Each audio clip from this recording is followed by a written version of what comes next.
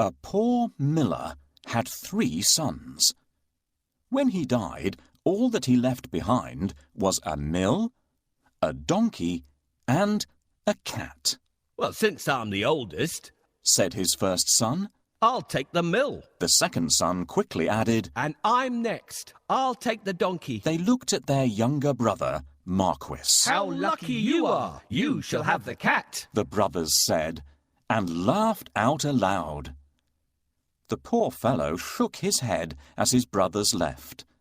It was not fair at all. "My brothers can make a fine living with a mill and a donkey, but what about me?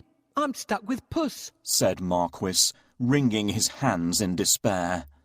Puss had been listening. He stretched and yawned loudly. Now, you won't have to worry when I'm around. All I need is a bag and a handsome pair of boots, and I'll be able to take care of us both." "Sure you will," thought Marquis. But to be fair, he had seen Puss use many tricks to catch mice and rats. If nothing else, they wouldn't go hungry. "Our father left us some property in his will. I can't help thinking that it's been divided unfairly. Do you remember what I got?"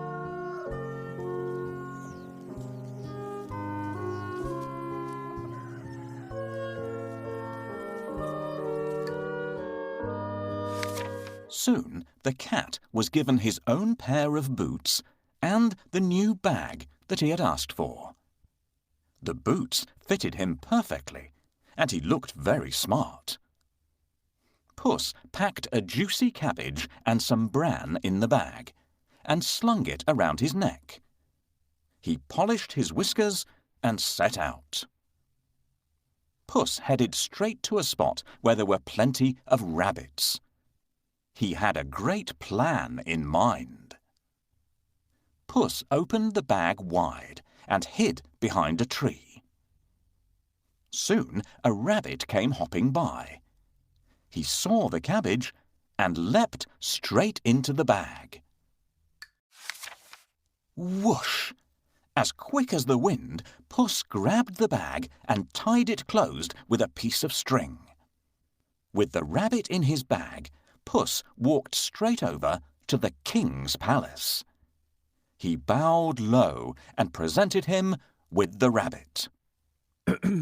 "Your Majesty," said Puss in Boots in a royal voice, "this humble gift comes from my master, Lord Marquis of Carabas." This was a fancy name that Puss had chosen for his master. "What a thoughtful gift," said the king, who loved roasted rabbit. The next time, Puss managed to catch a brace of partridges and took them once again to the king. "This is wonderful. Tell your master I'm very pleased," said the king, who loved partridge stew even more. This went on for 2 months. Puss was becoming an expert at catching game, and the king was getting plumper. "First, I need a bait for the rabbit. What do you think rabbits love to eat?"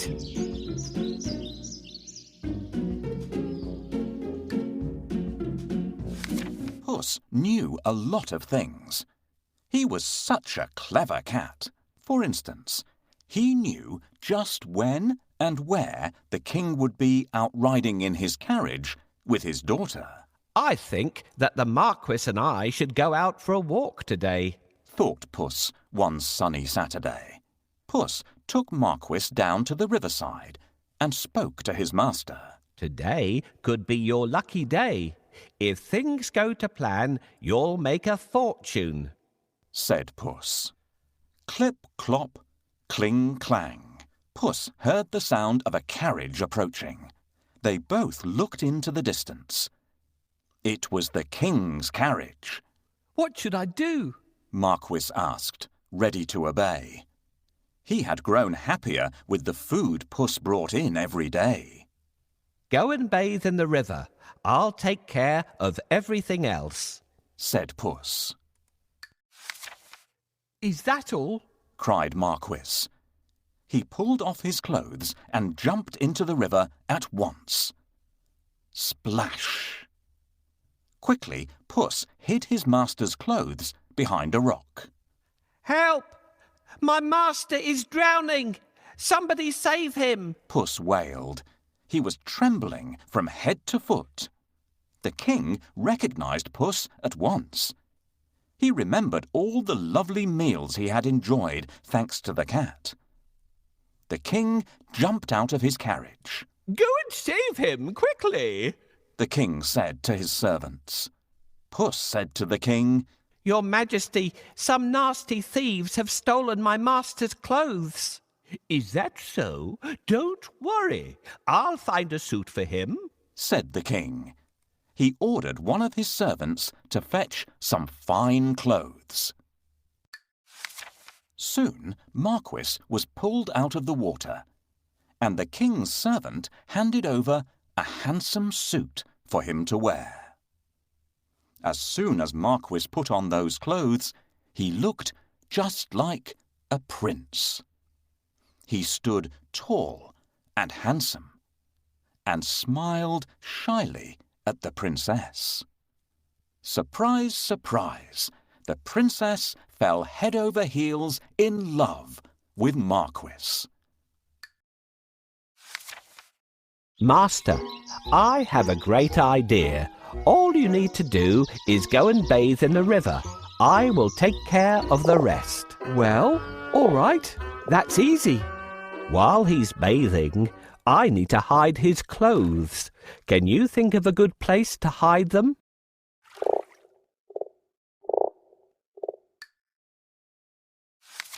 Puss grinned. Things were going just as he had planned. But he had more work to do. If you will excuse me, I'll go and make suitable arrangements to receive our king at the castle, Puss said. Marquis was puzzled because he didn't live in a castle. But he kept quiet. Puss ran ahead and met some men mowing the fields. My good fellows, stop your work and listen. The king is coming this way, and you are all in grave trouble. The only way to save yourselves is to say that these fields belong to the Lord Marquis of Carabas, Puss announced. The mowers looked at Puss in surprise. They were scared. This Lord Marquis must be very powerful, they thought. They agreed to do exactly what the cat said, to save themselves. Puss went ahead and saw some men and women reaping grain in a field. My good fellows, you can reap later, but listen to me now. The king is coming this way, and he'll make mincemeat of you unless you say that these fields belong to the Lord Marquis of Carabas, Puss announced. The reapers were very puzzled, but they definitely did not want to become mincemeat. They promised to tell the king that the fields belonged to nobody but Lord Marquis of Carabas. Puss went ahead and warned everybody to tell the king that the land belonged to Lord Marquis. The people thought that it wouldn't be right to mess with Lord Marquis. They decided to do exactly what the cat asked. But Puss had still more work to do. Huff, puff. He ran all the way until he reached a huge castle. Can you guess whose castle it was? Yes, the castle and all the lands belonged to a fierce and powerful ogre. But Puss was not scared of the ogre. He knocked at the castle door. Blim, blam. 2 guards opened the door. I'd like to pay my respects to your mighty master, said Puss. The guards knew that the ogre loved anybody who admired him, so they let Puss in at once. Puss bowed low to the ogre. I have heard much about your great powers. Is it really true that you can transform yourself into any animal you wish? asked Puss.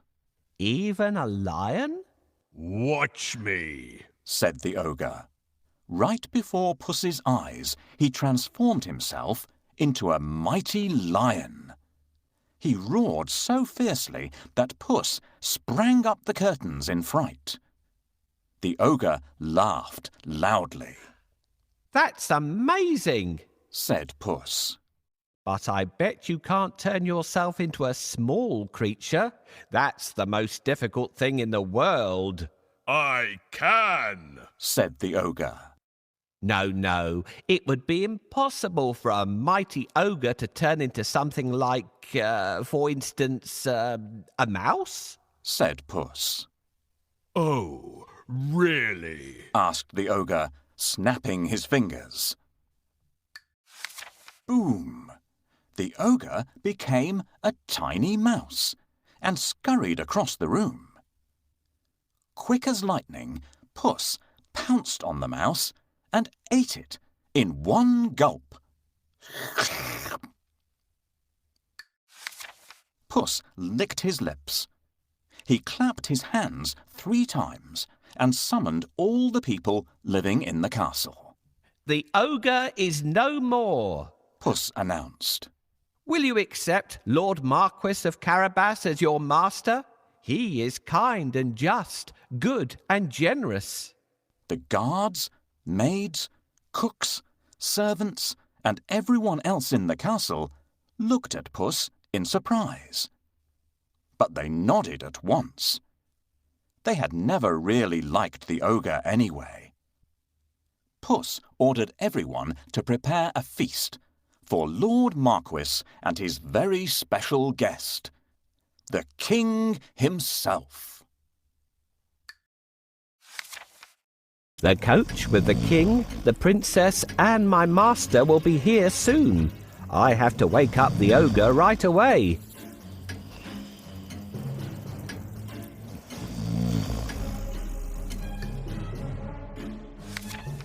Meanwhile, the king travelled through the countryside, speaking to the people. He was very surprised to learn that almost all the land around him belonged to the young man by his side. When the king's coach finally reached the castle, Puss ran out to welcome them. Welcome to our humble abode, Puss said to the king. The king gulped. The castle was bigger and even more stunning than his own. Puss led them straight to the huge dining hall. The table groaned with the weight of roast chicken, rabbit stew, mince pies, smoked duck, and hundreds of other dishes. The king was in 7th heaven. After eating the great feast and sipping the finest wine he had ever tasted, the king said, My dear Lord Marquis, I'd be delighted if you would marry my only daughter. Marquis smiled at the princess. I will if the princess wishes to live with me, said Marquis shyly. The princess was so happy that she wanted to dance all around the castle. She blushed in delight and nodded. They married and lived happily ever after. And so did Puss, because loyal Marquis made him a lord of the castle. Puss enjoyed great feasts every day and did not go after rats or mice any more, except now and then, when he wanted some fun.